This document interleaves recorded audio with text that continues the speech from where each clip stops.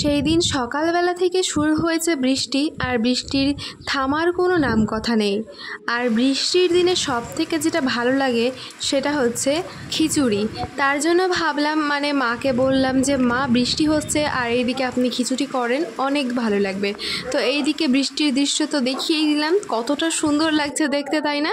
তো যাই হোক, তারপরে খিচুড়ির জন্য যত উপকরণ লাগে সব নিয়ে নিয়েছে। শসা, আলু, বেগুন, পটল, পেঁয়াজ, মরিচ, শসা, সব যা যা লাগে এগুলোই ছিল, এগুলো নিয়ে নিয়েছে। তারপরে এখানে মিক্সড ডাল নিয়ে নিয়েছে, আর এই ডাল দিলে তো খিচুড়ির স্বাদটা আরোই বেড়ে যায়। তো যাই হোক, তারপরে এখানে নিয়ে নিয়েছে ছোলা, মটর, এই সবগুলো সব ভিজানো ছিল, তো তার জন্য এইটা নিয়ে নিয়েছে। তো এই সমস্ত জিনিসগুলো দিয়েই আজ আমাদের খিচুড়ি রান্নাটা হবে। আর এদিকে মা কিন্তু এখানে একটা প্রেসার বসিয়ে দিয়েছে, এর মধ্যেই খিচুড়িটা রান্না করবে।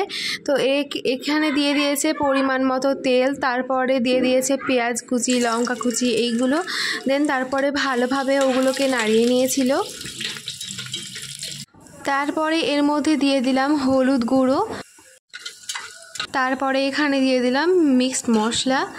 আচ্ছা, এটা হতে থাক, তার আগে বলে দিই আপনাদেরকে, আপনাদের কার কার এই বৃষ্টির দিনে খিচুড়ি রান্না খেতে ভালো লাগে অবশ্যই কমেন্টে জানাতে ভুলবেন না। তারপরে এর মধ্যে দিয়ে দিব হচ্ছে স্বাদ মতো লবণ।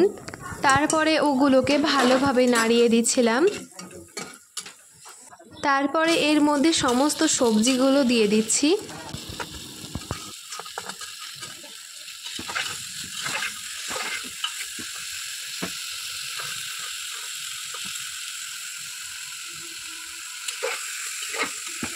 তারপরে এর মধ্যে ওই মটর, ছোলা যেগুলো ভেজানো ছিল সেইগুলো দিয়ে দিলাম।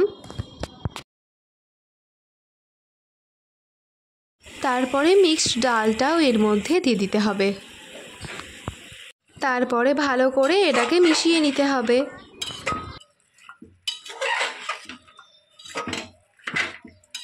তারপরে এটাকে হালকা করে একটু ঢেকে দিয়েছিল।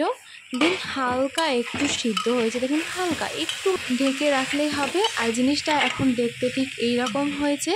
তারপরে এর মধ্যে আগে থেকেই ধুয়ে রেখে দিয়েছিল চালগুলোকে, তারপরে সেই চালগুলো দিয়ে দিতে হবে।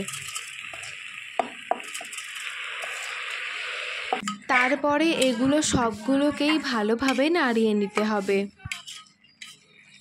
তারপরে এর মধ্যে পরিমাণ মতো জল দিয়ে দিতে হবে। আপনারা আপনাদের মতো জল দিয়ে দিবেন, যতটা খিচুড়িতে জল লাগে আর কি। তারপরে হচ্ছে এগুলোকে একটু নাড়িয়ে নিতে হবে। তারপরে এই ঢাকনাটা লাগিয়ে দিতে হবে। তারপরে ফিরে আসছি। খিচুড়ি এখন কিন্তু আমাদের হয়ে গিয়েছে, ওইভাবে বসিয়ে দিয়েছিল। তারপরে সময় যতটা লেগেছে খিচুড়ি ততটাই। দেখুন, একবারে বসিয়ে দিয়েই কত সহজে খিচুড়ি হয়ে গেল, কোনো ঝামেলা ছাড়াই একেবারেই। আর কালারটার কথা তো বলতেই হবে না, একদম ওয়াও। কিন্তু হচ্ছে ভিডিওতে অতটা ভালো বোঝা যাচ্ছে না হয়তো, কিন্তু বাস্তবে প্রচণ্ড সুন্দর একটা কালার এসেছিল আর অনেক ভালো লাগছিল খেতে, সেটা আমি বলেও বোঝাতে পারবো না।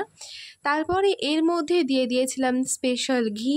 আমার তো ঘি খেতে অনেক ভালো লাগে, আপনাদের কার কার ঘি খেতে অনেক ভালো লাগে অবশ্যই কমেন্টে জানাতে ভুলবেন না। তারপরে ঘি দিয়ে ভালোভাবে মাখিয়ে নিলাম, দেন খেয়ে নিলাম।